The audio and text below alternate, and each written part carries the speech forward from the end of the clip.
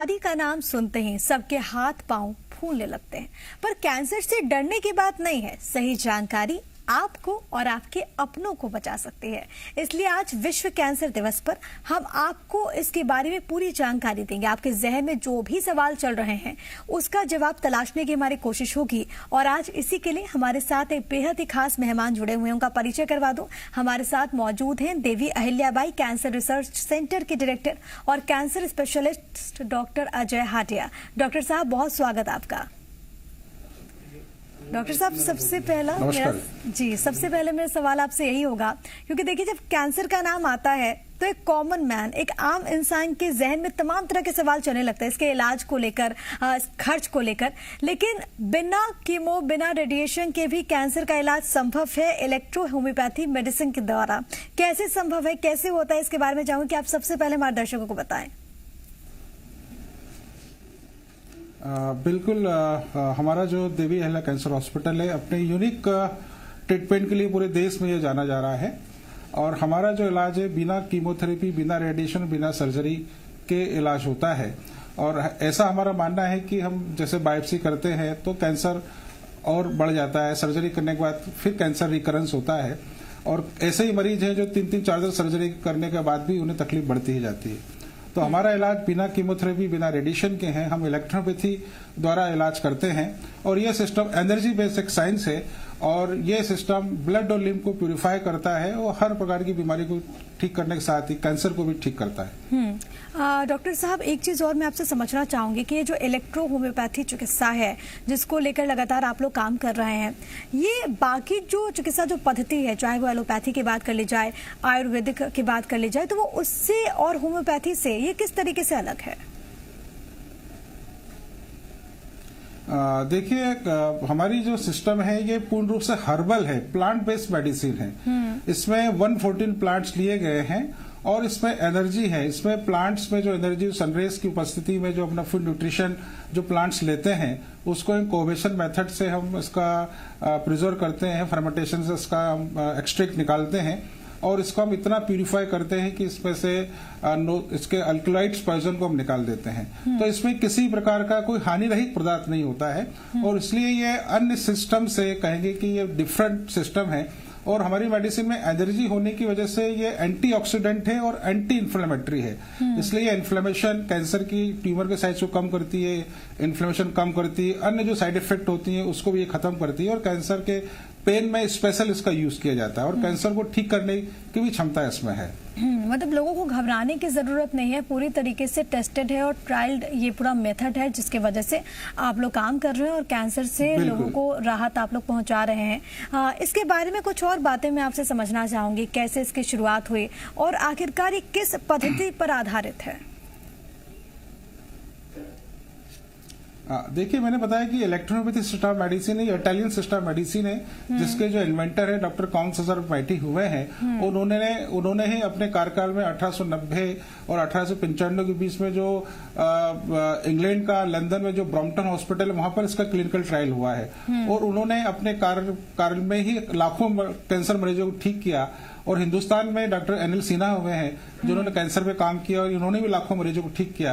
और उसके बाद में हमारा देवेले हॉस्पिटल है जो कैंसर पे काम करते हुए और इलेक्ट्रोपैथी से हजारों मरीजों को अब तक ठीक कर चुका है। जी, और एक चीज और, क्योंकि देखिए लोगों के जहन में कई सारी सवालों की फहरिस्त होती है, क्योंकि कैंसर की जब बात होती है बहुत सारे मिथ्स भी हैं इसके इलाज को लेकर। लोग सोचते हैं कि बहुत कॉस्टली होगा, तो आप उन तमाम मिथ्स को हमारे माध्यम से कैसे दूर करना चाहेंगे?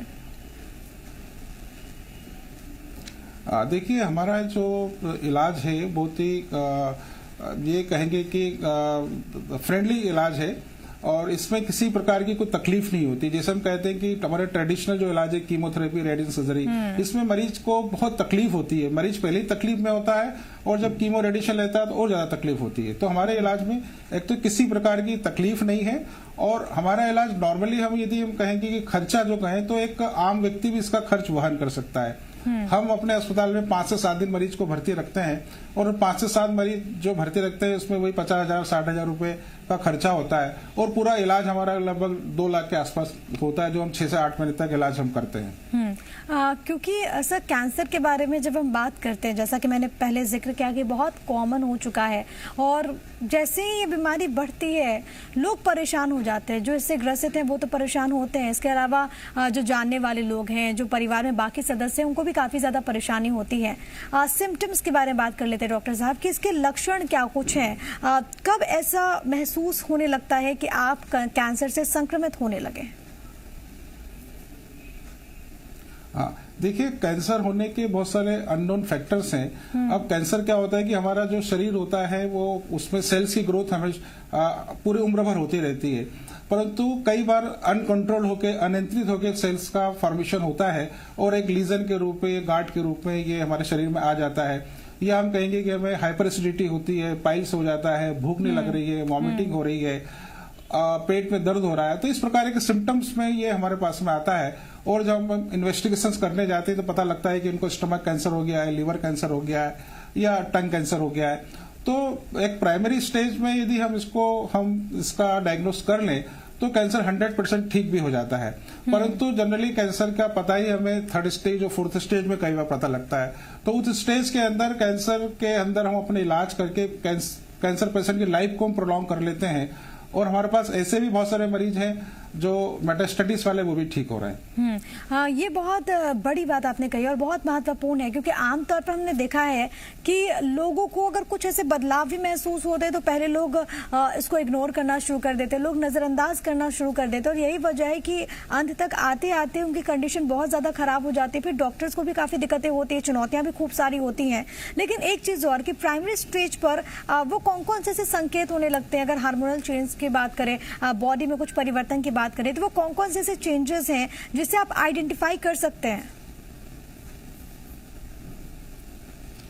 ये कहेंगे कई बार मरीज को भूख लगना बंद हो जाती है, या कई बार मरीज को उल्टी होती है, या कई बार उसको पाइल्स उसको हो जाता है, या एक छोटा सा मुंह के अंदर छाला बन जाता है। तो ये प्राइमरी सिम्टम्स होते हैं और यदि प्राइमरी स्टेज पे यदि हम इसका इलाज कर लें तो ये पेशेंट मतलब कैंसर के मरीज ठीक हो जाते हैं। सर, क्योंकि अगर हम बात करें तो बहुत सारी चीजें हमने कोविड के काल में भी हमने सीखी है, बहुत सारी चीजों को हम अमल में लाए हैं। हेल्दी डाइट और इसके अलावा अपने जीवन में रोजमर्रा की जिंदगी में योगा को शामिल करना, ये कितना लाभकारी आपके लिए हो सकता है कैंसर के सूरत में भी? बिल्कुल, ये तो बहुत ही एक महत्वपूर्ण बात आपने इसमें कही है कि हमारा खान पान ही बहुत कुछ चीजों में परिवर्तन लाता है। अभी हमें देख रहे हैं कि हमारे कैंसर होने का जो प्रमुख रीजन है वो पेस्टिसाइड्स है। हमारा जो भोजन है उसमें हम पेस्टिसाइड्स का इस्तेमाल किया जा रहा है और यही एक कैंसर का प्रमुख कारण बन रहा है। तो यदि हम ऑर्गेनिक फूड का हम इस्तेमाल करें और साथ में फ्रूट्स वेजिटेबल्स को हम थोड़ा सा पानी में बॉईल करके हम उसको बाद में इसको हम यूज करें और एक्सरसाइज करें, व्यायाम करें, योगा करें, तो ये चीजें हमें कैंसर से हमें बचा सकती है। सर, क्योंकि अगर हम बात करें तो सरकार की ओर से भी अलग अलग योजनाएं चल रही हैं। भारत सरकार की ओर से आयुष्मान योजना के तहत जो मरीज हैं, जो गरीब मरीज हैं, उनको सुविधाएं भी मिलती हैं। लेकिन इसके अंतर्गत अगर बात की जाए तो जो इलेक्ट्रो होम्योपैथ जो पद्धति है, ये किस तरीके से मददगार ऐसी योजनाएं हो सकती हैं कैंसर के इलाज के लिए? देखिए, हमारा जो इलाज है बहुत ही सफल इलाज है और हमने पिछले 2.5 सालों में हमने जो क्लिनिकल हमने ट्रायल लिया और उसमें हमारे पास बहुत अच्छे रिजल्ट मिले हैं।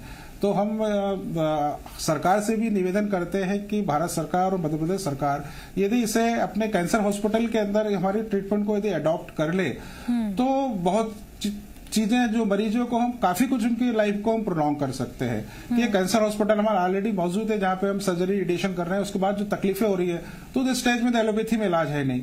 तो यदि हमारा इलाज भी यदि शामिल कर लिया जाए तो निश्चित है कि मरीजों की हम संख्या कम कर सकते हैं, कैंसर को हम हरा सकते हैं। बिल्कुल, हम सब मिलकर कैंसर को हरा सकते हैं। सर, क्योंकि जब बात होती है केमोथेरेपी की, जब बात होती है रेडिएशन की, तो लोगों के जहन में ये भी होता है कि बहुत सारे, क्योंकि ऐसे केसेस भी हैं कि साइड इफेक्ट्स बहुत ज्यादा होते हैं। लेकिन आपने कहा कि इलेक्ट्रो होम्योपैथी जो मेडिसिन है, ये ट्रीटमेंट के जरिए कोई उस तरीके से साइड इफेक्ट नहीं है और ये पूरी तरीके से सेफ है। तो ऐसे में क्या कैंसर के अलावा दूसरी जो बाकी बीमारी है, क्या उसका इलाज भी इससे संभव है? हाँ बिल्कुल, देखिए कैंसर, हम जब कैंसर से बड़ी कोई बीमारी नहीं है इस समय, जब इलेक्ट्रोपैथी द्वारा कैंसर का इलाज संभव है तो हर बीमारी का इलाज संभव है। अभी हाल ही में हम बहुत जल्दी ही एक रीनल पे हम लोग एक हॉस्पिटल स्टार्ट कर रहे हैं, जिसके अंदर ऐसे मरीज हमारे जो डायलिसिस में चले गए हैं और एक बार मरीज डायलिसिस में जाने के बाद वो वापस नहीं आता, उसे किडनी ट्रांसप्लांट करना होता है। परंतु इलेक्ट्रोपैथी द्वारा संभव है कि हम उन मरीजों को, हम ऐसे भी मरीज होंगे जिनको हम पहले दिन से ही उनका डायलिसिस बंद कर देंगे और ऐसे मरीज हैं जो सप्ताह में इनका 3 बार डायलिसिस हो रहा है, उसको डायलिसिस को हम कम करते करते हम डायलिसिस से उसको बाहर कर देंगे। तो ये सब चीजें इलेक्ट्रोपैथी में संभव है। क्योंकि एक लंबा वक्त बीत चुका है सर, और आपने भी तमाम चीजों को देखा है, व्यवस्थाओं को परिवर्तित होते हुए, बदलते हुए देखा है। ये जो नया जो तरीका है, जो ये न्यू मेथड है, आपके हॉस्पिटल में वहां पर जो लोग पहुंच रहे हैं, उनका रिएक्शन क्या है, उनका रिस्पॉन्स कैसा है इस ट्रीटमेंट को लेकर? देखिए, हमारे पास जितने भी मरीज आते हैं, हमारे पास 80-90% ऐसे मरीज आते हैं जो टाटा मेमोरियल, एम्स से, बड़े बड़े कैंसर अस्पताल से अपना इलाज करके आते हैं, जहाँ पे उनके डोर बंद कर दिए जाते हैं कि अब इलाज संभव नहीं। उस स्टेज में जब मरीज आते हैं तो बहुत दुख और तकलीफ में होते हैं, परंतु जब हमारे पास 7 दिन वो हॉस्पिटलाइज होते हैं, ट्रीटमेंट लेते हैं और 7 दिन बाद जब डिस्चार्ज होते हैं तो मुस्कुराते हुए खुश होकर यहाँ से जाते हैं। तो यही एक हमारे इलाज की खासियत है कि जब मरीज आता है वो दुख भरी स्थिति में आता है और जब यहाँ से डिस्चार्ज होता है तो वो हंसता मुस्कुराता हुआ जाता है। तो यही हमारी इलाज की एक खासियत है। बिल्कुल, और मुझे लगता है कि सबसे इम्पोर्टेंट यही है कि लोग जब निराश हो जाए और उस वक्त पर आप उनके चेहरे पर खुशियां बांट रहे हैं, इसलिए डॉक्टर्स को धरती पर भगवान भी कहा जाता है। सर, एक चीज़ और मैं आपसे समझना चाहूँगी, क्योंकि कैंसर को लेकर, जैसा कि मैंने पहले जिक्र किया, कि अगर परिवार में किसी एक व्यक्ति में अगर कुछ ऐसा होता है, अगर उसमें कैंसर होता है, तो परिवार के जो बाकी लोग हैं वो भी काफ़ी ज़्यादा परेशान होते हैं। जाहिर है कि इस वक्त पर कई सारे सवाल भी होते हैं, कई सारे मिथ्स भी होते हैं। ऐसे में वो बाकी जो लोग हैं वो किस तरीके से हेल्प कर सकते हैं, किस तरीके से मददगार हो सकते हैं, क्योंकि एनवायरनमेंट का भी हेल्दी रहना बहुत ज्यादा जरूरी है। देखिए, जब कैंसर जब होता है तो ये एक मिथ लगा हुआ है कि कैंसर हो गया तो मृत्यु निश्चित है जी। तो एक तो हमें क्या है, कैंसर से हमें लड़ना है और हमें एक पॉजिटिविटी हमें लानी होगी। हमारे जो कैंसर के मरीज हैं या कैंसर के जो परिवार के लोग हैं, उनके अंदर ये भावना लानी होगी नहीं, हमारा मरीज ठीक हो जाएगा। और ये पॉजिटिविटी होगी तो हमारे शरीर में हार्मोन्स भी चेंज होना चालू होते हैं और यदि हम कैंसर से लड़ सकते हैं तो कैंसर से हम जीत भी सकते हैं। बिल्कुल, कैंसर से हम लड़ सकते हैं तो हम जीत भी सकते हैं। और आपने तो केसेस को देखा है, आपने तो लोगों को ठीक भी किया है। वो लोग जो कि निराश हो गए थे, उनको आपने नई आशा दी है, नया जीवन दिया है। और क्योंकि सर आपने कहा कि रिस्पॉन्ड बहुत अच्छा रहा है, बहुत लोग ठीक भी हुए हैं, ऐसे में आने वाले वक्त में इसको लेकर आपका क्या विजन है? आने वाले वक्त में जो तमाम लोग हैं, आप इसको प्रमोट करने के लिए और क्या कुछ तैयार कर रहे हैं और क्या कुछ आपने फैसला लिया है? देखिए, प्रमोट करने के लिए हम तो समय समय से हम लोग कैंप्स भी लगाते हैं, अवेयरनेस भी हम लोग कर रहे हैं, हम लोग कॉन्क्लेव भी आयोजित कर रहे हैं। और ये हमारा एक कहना है कि पहले तो हमारी सरकार को हम ये कहना चाहेंगे, निवेदन करना चाहेंगे कि पेस्टिसाइड्स का उपयोग जो हो रहा है उसको बंद किया जाए। ऑर्गेनिक फूड्स यदि होगा तो निश्चित ही कि हमारा जो रिफाइंड हम जो ऑयल खा रहे हैं, ये सब चीजें कैंसर के कारण है। इसके अलावा हमारा जो एटमॉस्फेयर है, एटमॉस्फेयर के अंदर हमारा, हम जो कहते हैं कि इतने हमारे जो पेट्रोल डीजल से जो धुआं निकल रहा है, इसके द्वारा जो लेड आ रहा है और ये जो केमिकल्स आ रहे हैं हमारे शरीर के अंदर, लंग कैंसर पैदा कर रहे हैं, पेनक्रेटिक कैंसर पैदा कर रहे हैं। एनवायरमेंट, हमारा नई नई फैक्ट्रियां खुलने से पानी दूषित हो रहा है और यही सब एक कारण है। तो इन सब चीजों को हमें, पर्यावरण को हमें साफ और शुद्ध करना होगा और इसके हर व्यक्ति की हमारी जिम्मेदारी है कि हम अपने शहर को, अपने घर को हम स्वच्छ बनाएं, सुंदर बनाएं और प्लांटेशन करें, एक्सरसाइज करें और हम इस सब चीज का उपयोग करेंगे। निश्चित ही कि हम एटमॉस्फेयर को हम स्वच्छ सुंदर बना लेंगे तो बहुत सारी बीमारियों से हम लड़ सकते हैं, बीमारी हमारे पास नहीं आएंगी। बिल्कुल, सबसे ज्यादा जरूरी है कि जीवन शैली, लाइफस्टाइल बहुत हेल्दी हो और हम सब हेल्दी डाइट को अमल में लाएं। इसके अलावा योगा करें और जिस तरीके से आपने कहा कि पर्यावरण पर विशेष तौर पर हमें ध्यान देने की जरूरत है। शुद्धता का हम ख्याल रखेंगे तो हम बीमारियों से दूर रहेंगे, चाहे वो किसी भी किस्म की बीमारी हो। अजय साहब, मैं आपसे ये भी समझना चाहूंगी, क्योंकि कैंसर को लेकर लगातार तमाम तरह के मिथ्स भी होते हैं, एक ये भी बात होती है कि क्या कोई एज फैक्टर भी है, वो एज ग्रुप जो कि सबसे ज्यादा प्रोन हो कैंसर के, या फिर अगर आप किसी दूसरी बीमारी से ग्रसित हैं तो क्या संभावनाएं ज्यादा बढ़ जाती हैं? देखिए, इस समय एक तो आपने जिसकी बात कही कि भी कोविड का जो काल चल रहा है जी। तो कोविड के काल के अंदर हमारे पास लंग कैंसर के मरीज बढ़े हैं। तो इसमें यदि किसी कोविड हो गया और उसके बाद में वो चीज कैंसर में परिवर्तित हो गई है, तो ये एक लंग कैंसर के केस सामने आ रहे हैं। इसके अलावा हमारे पास जो मैक्सिमम केसेस आते हैं ओरल और माउथ वाले केसेस आते हैं, जिसके अंदर हमारा आज का जो युवा वर्ग है जो पान, तंबाकू, गुटखा और शराब का सेवन कर रहा है। और मैक्सिमम मरीज जो होते हैं, यंगस्टर जो होते हैं, जो 20 साल से लेकर 35 साल के जो लोग हैं, उनको ओरल कैंसर, माउथ कैंसर हो रहा है और ये बहुत भयावह स्थिति है। तो मेरा यही एक निवेदन है कि हमारे युवाओं को जो पान, गुटखा, तंबाकू, शराब का सेवन यदि वो छोड़ेंगे तो निश्चित है कि कैंसर उनको नहीं होगा। मतलब अवेयरनेस बहुत ज्यादा जरूरी है। जी बिल्कुल।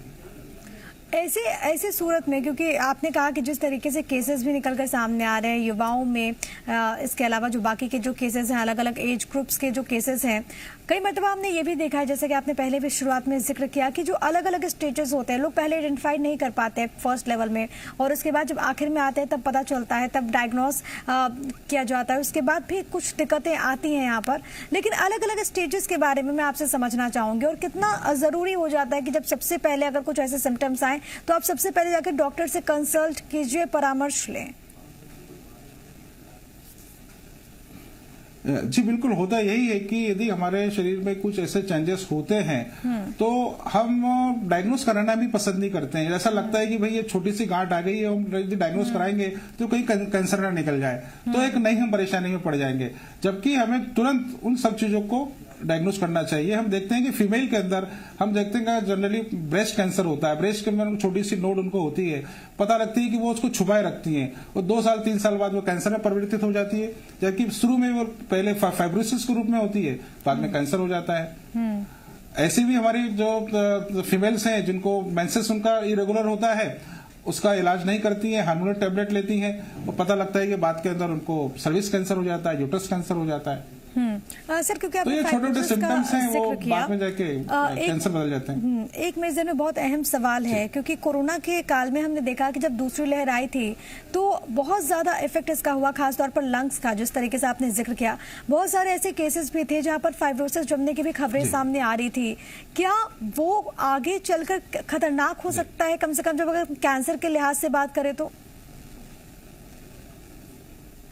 जी बिल्कुल, मैंने कहा ना अभी कि ऐसे बहुत सारे कोविड के जो पेशेंट हुए जिनका हमने सीटी स्कैन कराया है और बाद में उनको कैंसर में परिवर्तित हो गया है। तो ऐसा बहुत सारे मरीज हैं जो लंग डिसीज में कोविड में डायग्नोस हो गए और वो लंग्स बाद में कैंसर उनको हो गया है। ठीक है। ऐसी सूरत में सर हमने देखा था कि स्टार्टिंग में जो लोग जिनके सेहत में इस तरीके से कुछ परिवर्तन आ रहे थे, और इसके बाद हमने देखा कि जब उनको चेस्ट में कंजेशंस वगैरह भी होने लगा तो नॉर्मल वो दवाइयां ले रहे थे। तो ऐसी सिचुएशन में ये कितना सही हो जाता है कि आपके अगर ऐसे कुछ सिम्टम्स हैं तो आप नॉर्मल जो मेडिसिन आप कोविड के उस टाइम पे खा रहे थे, आप वही मेडिसिन को कंटिन्यू कर लें? देखिए कि अधिक समय तक एंटीबायोटिक खाने से शरीर में नुकसान होता है। तो एक लिमिट है, एंटीबायोटिक खाने की भी एक लिमिट है। आप यदि ज्यादा आप खाएंगे तो उसके भी साइड इफेक्ट भी होते हैं। ठीक है, ज्यादा अगर आप एंटीबायोटिक लेंगे तो इसमें यही कि हमें अपने प्राकृतिक। सर प्लीज कंटिन्यू कीजिए। जी हाँ, तो इसलिए कि हमें अपनी लाइफस्टाइल को हम चेंज कर दें और हम यदि मॉर्निंग वॉक करें, ये सब चीजें करें तो धीरे धीरे सब चीजों में परिवर्तन होता है। और ऐसे हमारे बहुत सारे कोविड के पेशेंट भी हैं जो उन्होंने अपनी लाइफस्टाइल बाद में चेंज की है और उन्हें काफी परिवर्तन भी हुआ है उसके अंदर। बिल्कुल सही जानकारी लोगों को बचा सकती है और लाइफस्टाइल, क्योंकि लगातार इसकी बात हो रही है। क्योंकि अगर हम मध्य प्रदेश के लिहाज से बात करें तो अभी कैंसर को लेकर स्टेट आपको कितना जागरूक नजर आता है, कितना अवेयर नजर आता है? ये सवाल इसलिए भी सर क्योंकि आपने तमाम चीजों को देखा है, आप तमाम पेशेंट्स को देखते हैं, उनके अवेयरनेस को आप देखते हैं। एज अ स्टेट अगर बात की जाए, मध्य प्रदेश के लिहाज से, राज्य के तौर पर अगर मैं बात करूं तो लोग कितना अवेयर आपको नजर आते हैं, कितना जागरूक नजर आते हैं कैंसर को लेकर? आप देखिए, हमारे देखने में आता है कि अवेयरनेस तो है ही नहीं। क्योंकि हम देखते हैं कि जिस चीज का हम यदि किसी को बोलते हैं कि हमारे पास ऐसे बहुत सारे मरीज आते हैं, उनका अटेंडेंट भी साथ में आते हैं और हम उन्हें बोलते हैं कि आपको पान गुटखा तंबाकू नहीं खाना चाहिए, उसको नहीं बंद करते हैं वो। तो हमें पता है कि इस कारण से कैंसर होता है, फिर भी हम उन चीजों को हम लगातार कंटिन्यू हम किए हुए हैं। तो अवेयरनेस तो हमें है ही नहीं, तो यही हमें अवेयरनेस उत्पन्न करने की आवश्यकता है। बिल्कुल, अवेयरनेस उत्पन्न करने की आवश्यकता है और इसके लिए लगातार आप लोग भी काम कर रहे हैं, आप लोग भी लगातार लोगों को अवेयर कर रहे हैं, जैसा कि आपने कहा कि कैंप्स के जरिए भी आप लोगों को जागरूक कर रहे हैं कैंसर के लिए। जी। एक चीज और, क्योंकि आज विश्व, बिल्कुल, हम लोग हमारे द्वारा कुछ जी जी प्लीज कहिए। जी हाँ, जैसे आज विश्व कैंसर दिवस है और इसके ऊपर जो 1933 के अंदर इसको एक मुहिम इसकी बनाई गई और हमारे देश के अंदर भी सन 2000 में और 2007 के अंदर भी इसका कहा गया है कि हमें अवेयरनेस करना चाहिए। आज की तारीख में लगभग 80 लाख लोग पूरे विश्व में कैंसर से पीड़ित होते हैं और इसमें 70% की मृत्यु 1 साल में हो जाती है। मतलब हार्ट डिसीज के बाद में कैंसर ऐसी बीमारी जिसमें सबसे ज्यादा डेथ रेट है। हमारे इंडिया के अंदर लगभग 8 से 10 लाख लोग हर साल कैंसर से उनकी मृत्यु हो रही है। तो ये बहुत भयावह स्थिति है और आने वाले 2025 में WHO ने कहा है कि हमारे यहाँ ये जो चीजें हैं ये 10 गुना तक और बढ़ जाएंगी। तो निश्चित ही कि हमें अभी अवेयर होने की आवश्यकता है। तब अब अवेयर होंगे तभी हम 2025 और 2030 तक हम इसके आंकड़ों को हम कम कर सकते हैं। बिल्कुल, ये बहुत ज्यादा जरूरी है कि लोग यहाँ पर जागरूक हों, लोग यहाँ पर समझे, लोग यहाँ पर अवेयर हो, ये सबसे ज्यादा इंपॉर्टेंट है, तभी हम आगे जाकर इसके प्रभाव को कम कर पाएंगे। बहुत धन्यवाद डॉक्टर अजय हाडिया, आपका हमारे साथ जुड़ने के लिए और इतनी महत्वपूर्ण जानकारी हमारे दर्शकों के साथ शेयर करने के लिए बहुत शुक्रिया। थैंक यू, नमस्कार। तो देखिए, कैंसर से हम सभी को लड़ना है और हम सभी को जीतना है। इसके लिए बहुत ज्यादा जरूरी है कि आप जागरूक हो, अपनी जीवन शैली में परिवर्तन लाए ताकि आपकी सेहत अच्छी रहे। वक्त यहाँ पर एक बहुत ही छोटी सी ब्रेक का, बने रहिए मध्य प्रदेश छत्तीसगढ़ के साथ।